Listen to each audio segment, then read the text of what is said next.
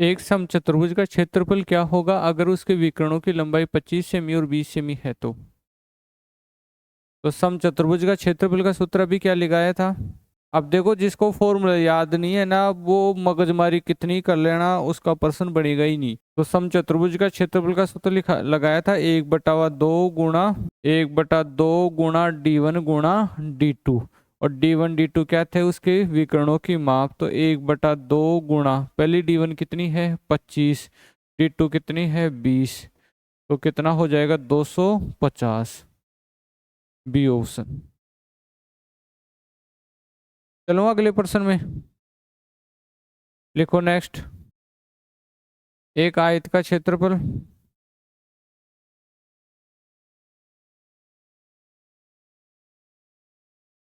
एक आयत का क्षेत्रफल क्या होगा यदि इसका विकर्ण 51 सेमी है और इसकी एक भुजा 24 सेमी है।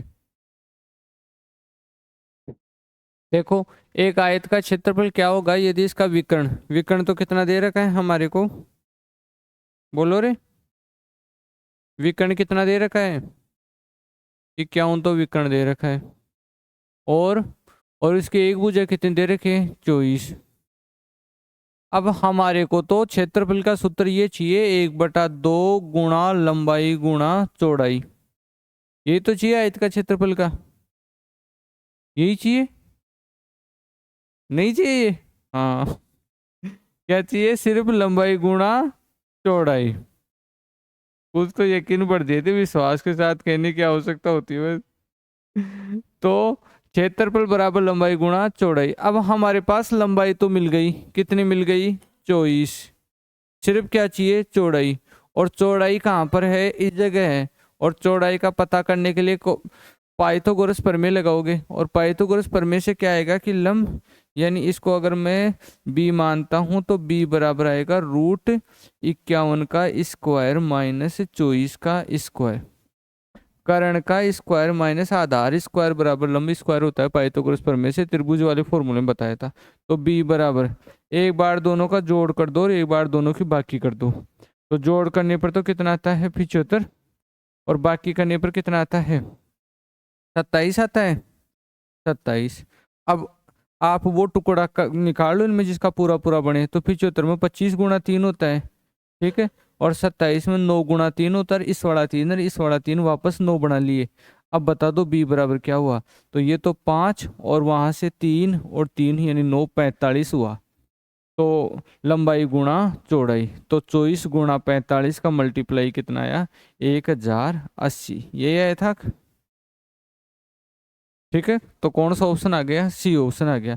तो एक तो पाइथागोरस प्रमेय आपको लगाना आना चाहिए था, और कर्ण इसका विकर्ण दे दे और एक भुजा दे दे, तो आपको इसकी ऊंचाई पता करना आनी चाहिए थी, यानी चौड़ाई पता करनी आनी चाहिए थी, चौड़ाई की और फिर लंबाई की मदद से इसका क्षेत्रफल आ जाता।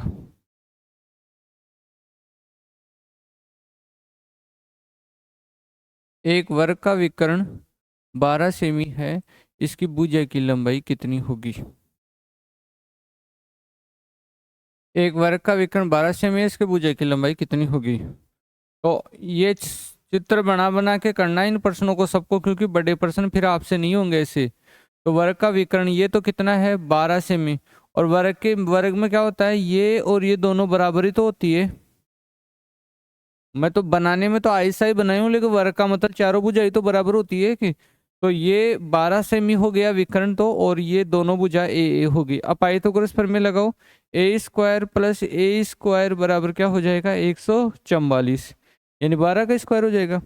तो 2a² बराबर 144, तो a² बराबर कितना आ जाएगा 72। तो a बराबर क्या आएगा √72, और √72 का 72 में होता है 36 × 2, तो 36 का तो पूरा पूरा क्या आ जाएगा 6, तो 6√2, ठीक है। और 6√2 इसकी भुजा होगी, और यही पूछ रहा है इसकी भुजा की लंबाई क्या है, तो 6√2, ठीक है, लिख लो। एक समांतर चतुर्भुज की दो आसन भुजाएं 5 सेमी और 4 सेमी है, यदि उसके विकर्ण की लंबाई 7 सेमी है तो उसका क्षेत्रफल ज्ञात करें।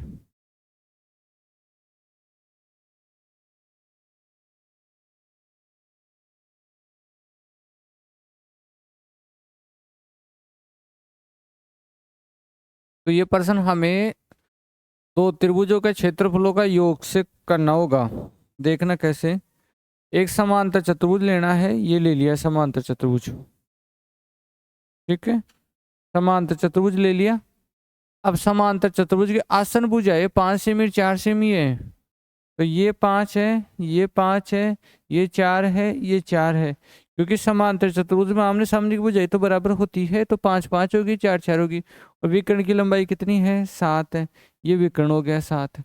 तो उसका क्षेत्रफल ज्ञात करो। तो यहाँ पे देखना ए बी सी और डी, तो हमारे को इस चतुर्भुज का क्षेत्रफल वो ही मिलेगा जो कि हमें इस त्रिभुज और इस त्रिभुज दोनों के त्रिभुजों के क्षेत्रफलों का योग आ जाएगा, वो इसका क्षेत्रफल होगा। तो पहले मैं इसको ए नाम दे देता हूँ और इसको बी नाम दे देता हूँ, ठीक है। मैं आप आराम से अच्छे तरीके से लिखना कि त्रिभुज ए बी सी का क्षेत्रफल, त्रिभुज ए डी सी का क्षेत्रफल, फिर नीचे लिखना चतुर्भुज ए बी सी डी का क्षेत्रफल बराबर त्रिभुज ए बी सी का क्षेत्रफल प्लस त्रिभुज ए डी सी का क्षेत्रफल। ऐसे लिखना, मैं तो डायरेक्ट लिख रहा हूँ। तो ए भाग आएगा, यानी मैं भी ऐसे लिख देता हूँ, ए भाग आएगा यानी त्रिभुज कौन सा? त्रिभुज ए डी सी का क्षेत्रफल।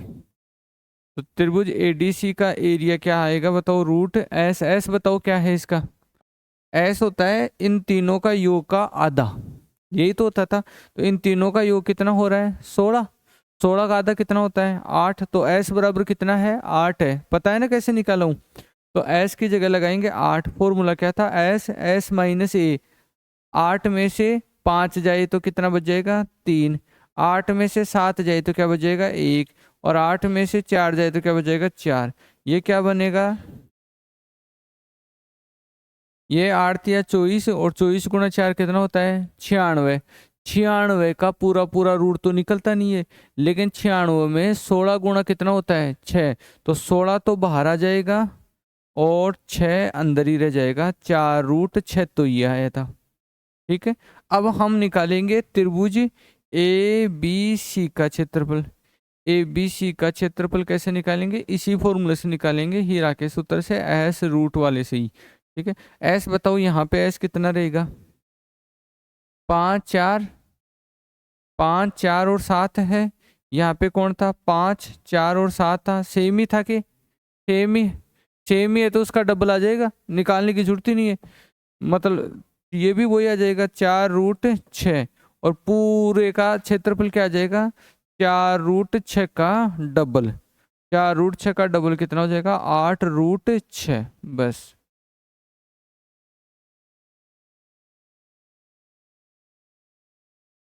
ठीक है। तो समांतर चतुर्भुज में विकर्ण चतुर्भुज को दो समान भागों बांटती है।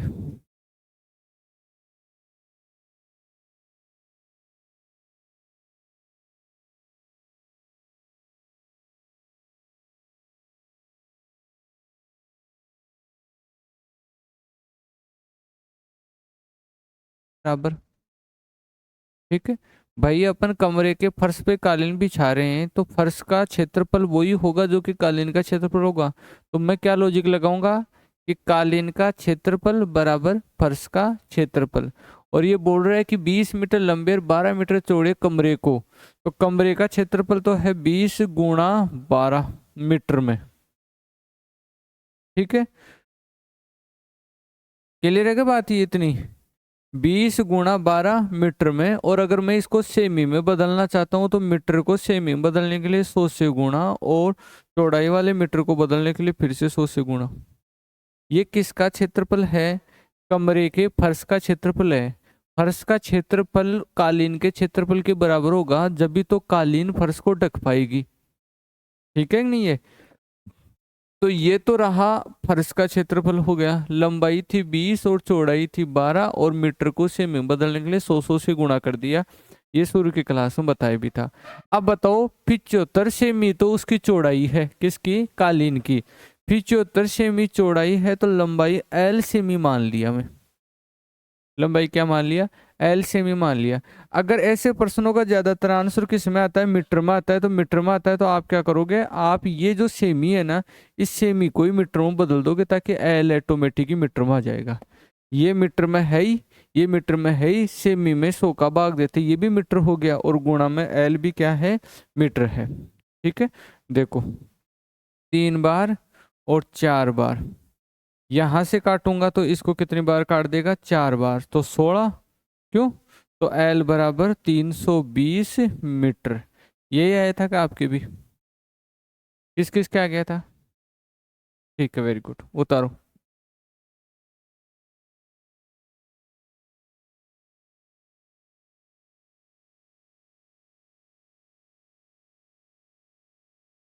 तो इसमें तरीका क्या बनेगा आपका,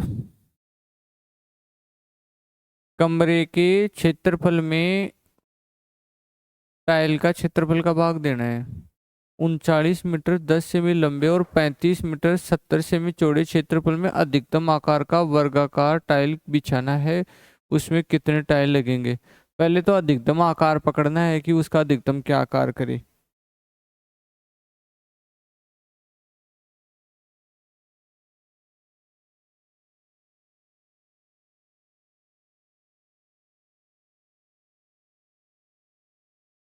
तो लैसे मैसे का यूज होगा इसमें, 3910 और 3570 का HCF टाइल की भुजा का काम करेगा। तो 3910 और 3570 का HCF निकाल लो पहले।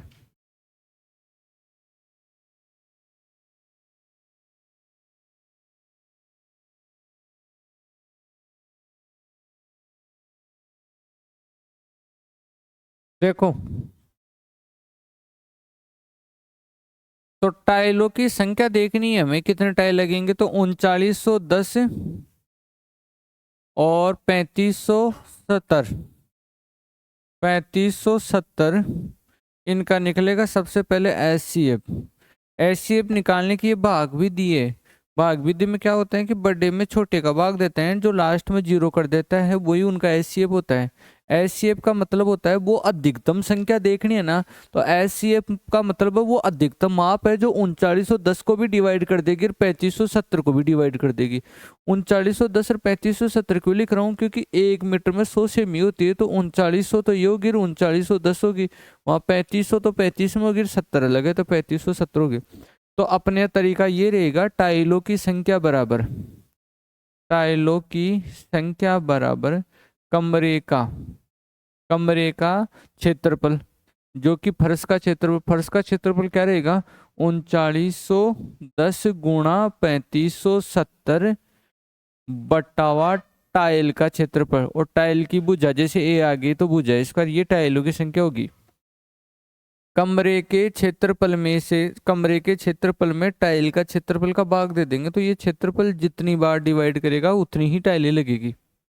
ठीक है ना भाई, ये कमरे का क्षेत्रफल है और ये एक टाइल का क्षेत्रफल है, तो कमरे के क्षेत्रफल में एक टाइल का क्षेत्रफल का भाग देते हैं, टाइलों की संख्या आ जाएगी।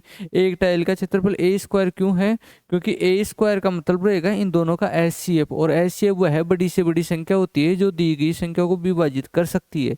टाइल तोड़नी नहीं है, टूटी फूटी टाइल भी नहीं लगानी, सीक्वेंस टाइलों की बराबर होनी चाहिए। तो यहाँ HCF निकालने का तरीका देखो, पहले एक बार भाग गया 3570, कितना बच गया भाई, 0 और 4 और 3, 340 ही बचा के।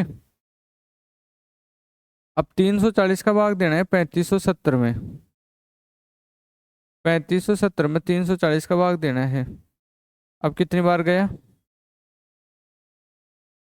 10 बार, 10 से भी ज्यादा जाएगा क्या, 10 बार ही जाएगा, 3400, क्यों, और 3400,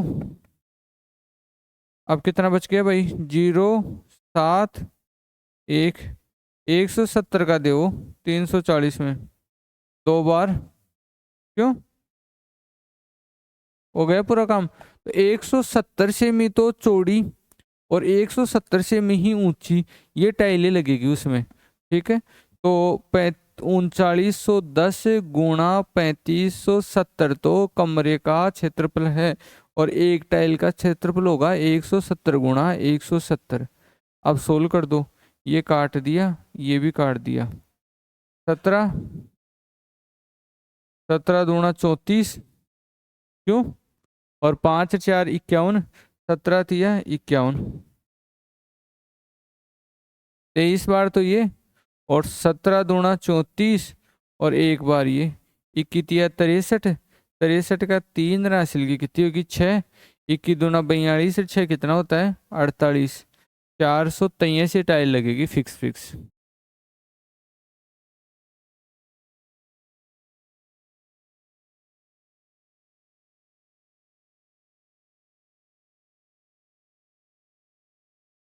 लिखो अगला 20 नंबर।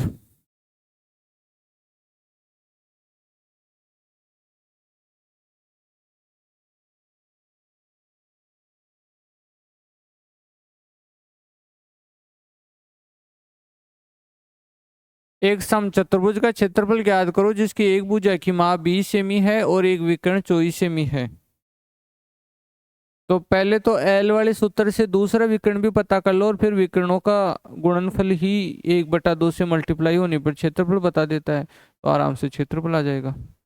तो क्षेत्रफल निकालने के लिए चाहिए 1/2 गुणा d1 गुणा d2, और हमारे पास एक ही विकर्ण है 1/2 d1 ही है। d1 कितना है 24 है, d2 निकलेगा अपने को भुजा वाले संबंध से। तो वो सूत्र क्या था भुजामय विकर्ण में l बराबर यानी 2l बराबर √d1 का स्क्वायर प्लस d2 का स्क्वायर था, यानी 4l² बराबर d1 का स्क्वायर प्लस d2 का स्क्वायर था। और 4l का मतलब कितना है यहाँ पे 20, तो 4 गुणा 400, और d1 का स्क्वायर 24 का स्क्वायर करना पड़ेगा 576, और प्लस d2 का स्क्वायर। यहाँ से d2 पता कर लो, और d2 पता होने के बाद में इसे 1 नंबर में रखते आंसर आ जाएगा।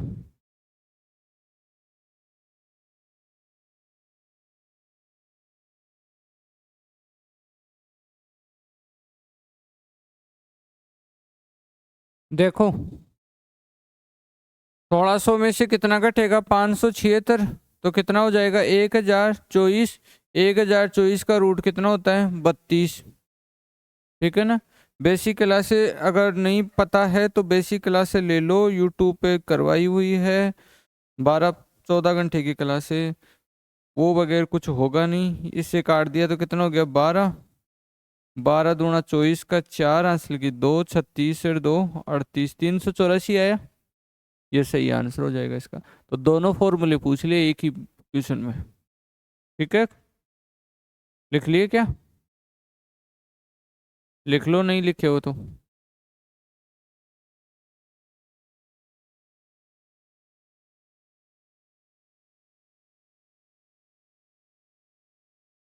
ABCD एक समांतर चतुर्भुज है, यदि इसके विकर्ण AC तथा BD O पर काटते हैं, AC तथा BD O पर काटते हैं, तथा AO5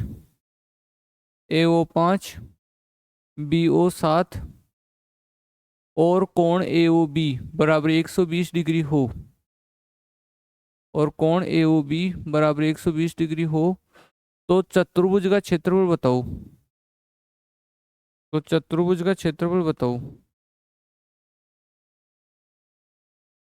तो चतुर्भुज का क्षेत्रफल बताओ।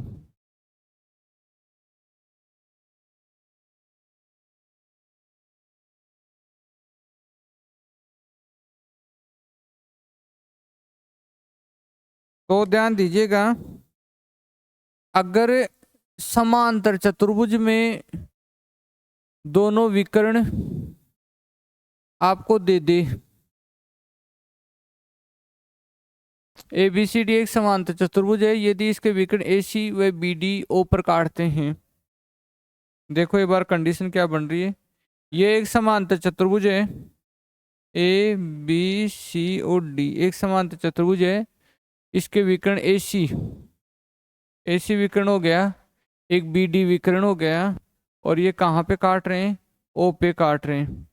तो AC विकर्ण और BD विकर्ण O पर काटते हैं, AO 5 हो, AO कितना है 5 हो, और OB कितना हो, OB कितना BO या OB कोई से मान लो, ये 7 हो, और कोण AOB 120 हो, AOB 120 हो ये वाला, ए ओ बी 120 हो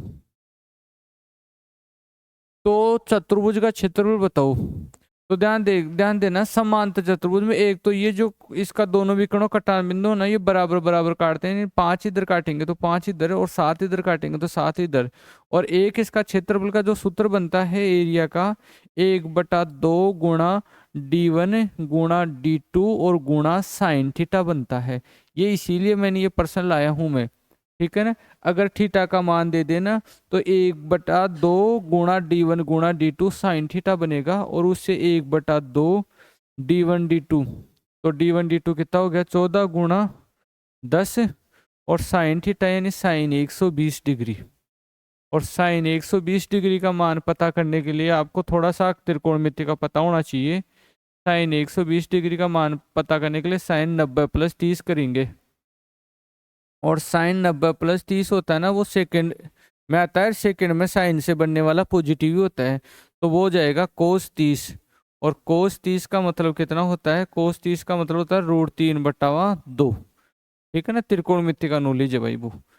तो 1/2 गुणा 14 गुणा 10 गुणा √3/2, और इससे काटोगे एक आप, तो ये 7 और ये 5 हो गए दोनों दो से, तो 35√3। ठीक है, ये नोट कर लो, जिनके त्रिकोणमिति आती है उनके ये प्रश्न भी आ सकता है क्षेत्रमिति की तरफ से।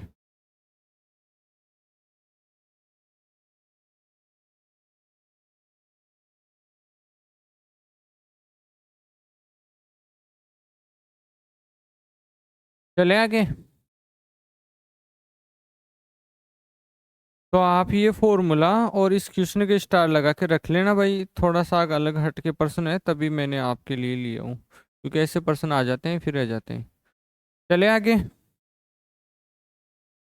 ये लिखिए अगला। 5 सेकेंद्री वर्ग है,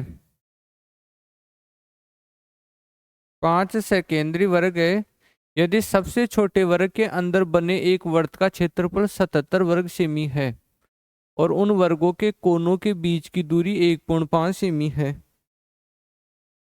तो सबसे बड़े वर्ग और सबसे छोटे वर्ग के क्षेत्रफल में कितना अंतर होगा।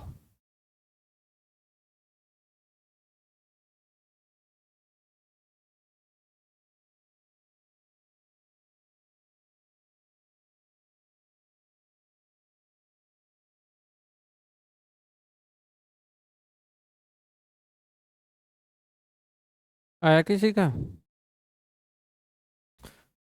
5 सेकेंद्री वर्ग है,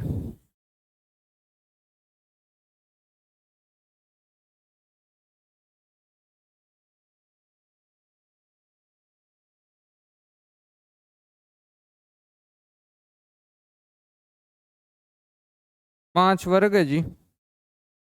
1 2 3 4 और ये 5। 5 सेकेंद्री वर्ग है, यदि सबसे छोटे वर्ग के अंदर बने एक वृत्त का क्षेत्रफल 77 वर्ग सेमी है। इसके अंदर जो एक वृत्त बना दिया और इसका क्षेत्रफल कितना है 77 वर्ग सेमी है, तो अंदर ही अंदर वाले वृत्त का क्षेत्रफल का सूत्र होगा पाई यानी 22/7 r² बराबर 77। ठीक है, सबसे छोटे वर्ग के अंदर बने एक वृत्त का क्षेत्रफल 77 वर्ग सेमी है, तो अंदर ही अंदर वाले वर्ग के अंदर बने वृत्त का क्षेत्रफल होगा पाई r² 77। 11 से काटो, 2 बार 7 बार, r² बराबर 49/2 ही आएगा क्या। तो r बराबर क्या आएगा 7/√2। ये है r बराबर 7/√2। और किसी वर्ग की बात करूं तो ये जो वर्ग होता है ना, वो ऐसे सबको छूता है इसमें, और इस वर्ग का जो व्यास होता है ना ये वाला, ये व्यास इसकी भुजा का काम करता है, चाहे किधर से ही देख लो वो व्यास, ऐसे देख लो चाहे ऐसे देख लो। ठीक है, तो छोटे छोटे वाले वर्त की भुजा कितनी बनेगी, इस छोटे वर्त की भुजा, छोटे वर्ग की, सॉरी, छोटे वर्ग की भुजा, छोटे वर्ग की भुजा क्या बनेगी बताओ। छोटे वर्ग की भुजा बनेगी इसकी डबल, तो 14/√2, यही तो बनेगी। अरे नहीं समझ रहे हो, ये वर्त का क्षेत्रफल से देखा तो त्रिज्या आ गई, और त्रिज्या जो होती है इसकी, वो त्रिज्या, ये चाहे ऐसे ले लो चाहे ऐसे ले लो, ये व्यास है ना इसका, व्यास है वो इसके भुजा का काम करेगा। ठीक है, तो व्यास तो त्रिज्या का 2 गुना ही तो कर लिया, तो 2 गुना करते ही छोटे वर्ग की क्या आ गई, भुजा आ गई। अब वो बोल रहा है क्या, सबसे छोटे वर्ग का क्षेत्रफल और सबसे बड़े वर्ग का क्षेत्रफल में अंतर बताओ। तो सबसे छोटे वर्ग का क्षेत्रफल तो हमें मिल जाएगा अभी यहाँ से आराम से, छोटे का तो बताओ क्या आएगा, भुजा स्क्वायर ही तो आता है, वर्ग का क्षेत्रफल भुजा स्क्वायर ही तो आता है। भुजा स्क्वायर में कितना आ जाएगा, 196/√2 का स्क्वायर कितना हो गया, 2। अब बड़े वर्ग का क्षेत्रफल बताना है इस बड़े वाले का, लेकिन इसने क्या बोला कि कोनों के बीच की दूरी कितनी है, 1.5 सेमी है।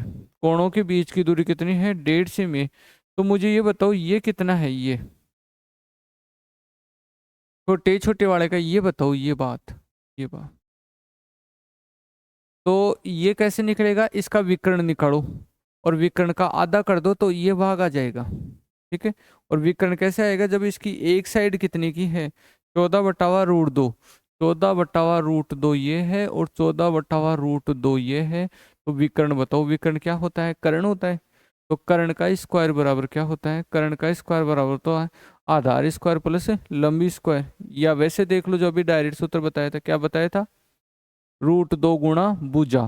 तो √2 गुणा भुजा कितनी होगी, 14/√2। तो ये विकर्ण है यार, इसका भी आधा है, इसका भी आधा पार्ट है ये वाला, तो ये आधा पार्ट है, तो ये कितना हो गया, 7। ये हमारा कितना हो गया, 7। अरे 7 हुआ कि ये जगह 7 हुई, तो 7 में 1.5, 1.5, 1.5 और 1.5, कितनी बार 1.5, 4 बार। 4 बार 1.5 जुड़ने का मतलब कितना जुड़ गया, 6, 6। और ये कितना था, 7, 6 7 कितना हो गया, 13। 13 क्या हो गया, इसका आधा विकर्ण हो।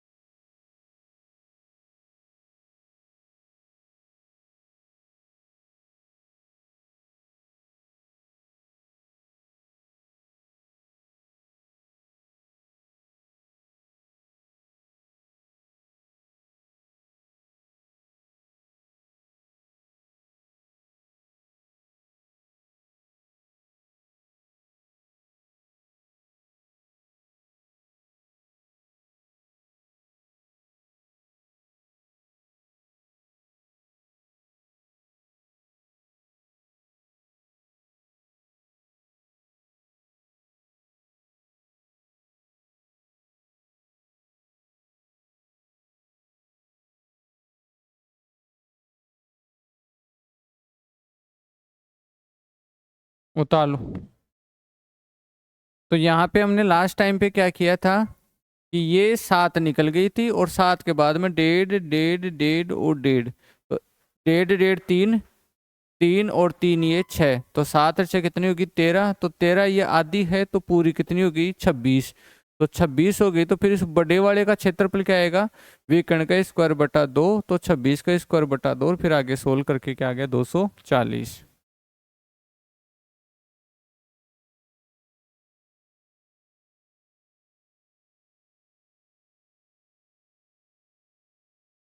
बीच बीच में क्या, बस एक बार सेल डालना निकालना हो गया, इतना तो 10 दिन में नहीं होता है।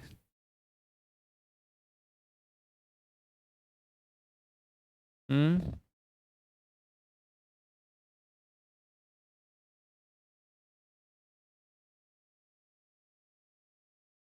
हमेशा क्या, मैं एक जोड़ी निकालता हूँ तो तुरंत दूसरी को रिचार्ज में लगा देता हूँ। उस दिन मैंने लापरवाही बरत ली और फिर वो मिक्स हो गई, फिर पता नहीं चला।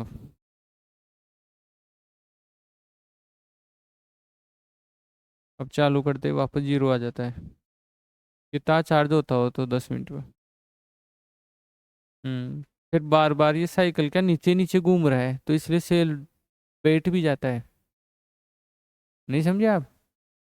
भाई 1 से आप अपने फ़ोन को चार्ज करो, 1 से 10 पे जाए, फिर 10 से वापस 1 पे आ जाए, फिर 1 से 10 पे जाए, 10 से 1 पे आ जाए, तो उससे उसकी भी बैटरी की भी क्षमता कम होती है। हम्म, समझ गए क्या ये? दोबारा बताऊं? अरे दोबारा बताइए।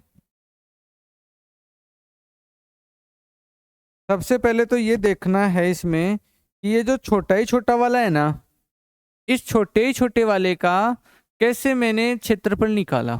तो छोटे ही छोटे वाले का क्षेत्रफल निकालने के लिए इसको एक बार हमने यहाँ लिखा है, छोटे वाले भाग को क्षेत्रफल निकालने के लिए इस जगह, ठीक है। तो यहाँ पे हमने क्या किया, इसका दे रखा था हमारे पास, इसके अंदर एक वर्त बना रखा है, वर्त का दे रखा था क्षेत्रफल, और वर्त का क्षेत्रफल का सूत्र होता है पाई आर स्क्वायर 77 हो गया। यहाँ से त्रिज्या आर का पता कर लिया, 7/√2 आ गई। ये तो कैलकुलेशन की बातें हैं। अब ये जो वर्त होता है ना, इस वर्त का जो व्यास होता है ना, वो इस वर्ग की भुजा का काम करेगा। तो वर्त का व्यास यानी त्रिज्या का 2 गुना, तो त्रिज्या का 2 गुना 14√2 इसकी भुजा का काम कर दिया। अब भुजा जब 14√2 आ गई तो क्षेत्रफल निकालना तो आसान था ही। क्षेत्रफल कैसे निकाल दिया, भुजा स्क्वायर। तो 196/√2 का स्क्वायर कितना हो गया, 2। 196/2 हो गया भुजा स्क्वायर। अब अगर मैं बात करूं इस कोणे की, इसकी, तो ये इसका विकर्ण का आधा भाग है, और 14√2 भुजा वाले वर्ग का विकर्ण कैसे निकलेगा, तो विकर्ण निकलेगा √2 गुणा भुजा। ये फॉर्मूला लिखा है, यानी 14 विकर्ण है, पूरा पूरा 14 है, तो ये ऊपर ऊपर का भाग कितना है, 7। 7 ये है, तो अब हर कोना 1.5 का था, ये 1.5 के थे, तो 6 और जुड़ गए, तो 1.5 3 4 और 6, 6 और 7 कितना हो गया, 13। तो ये यहाँ से बीच के सेंटर से ये 13 हो गई, तो नीचे वाली भी 13 हो गई। तो बड़े वाले वर्ग का विकर्ण कितनी हो गई, 26। अब बड़े वाले वर्ग की विकर्ण 26 है, और अपने को क्षेत्रफल चाहिए, तो विकर्ण का स्क्वायर बटा 2 भी तो सूत्र है ना, तो 26 का स्क्वायर बटा 2 वो आ गया, और दोनों का अंतर पूछ रहा था जो कि 240 आ गया। आई बात समझ में? तो मैं ऐसे और भी तगड़े तगड़े प्रश्न लाऊंगा, लेकिन एक बार तो अभी तो क्या मैं फॉर्मूले ही लिखा रहा हूँ, इसलिए मैं ज्यादातर ऐसे प्रश्नों में पढ़ नहीं रहा हूँ। तो अब अपना ज्यादा काम नहीं है, कल ये पूरे लिखा दिए जाएंगे, क्योंकि जो ये बहुभुज और ये वाले हैं ना, समष्ट समष्ट, ये तो ज्यादा ज्यादा 20-25 मिनट का खेल है, ठीक है। ज्यादा चतुर्भुज और त्रिभुज यही थे। ठीक है, अब चलो वापस करने लगे।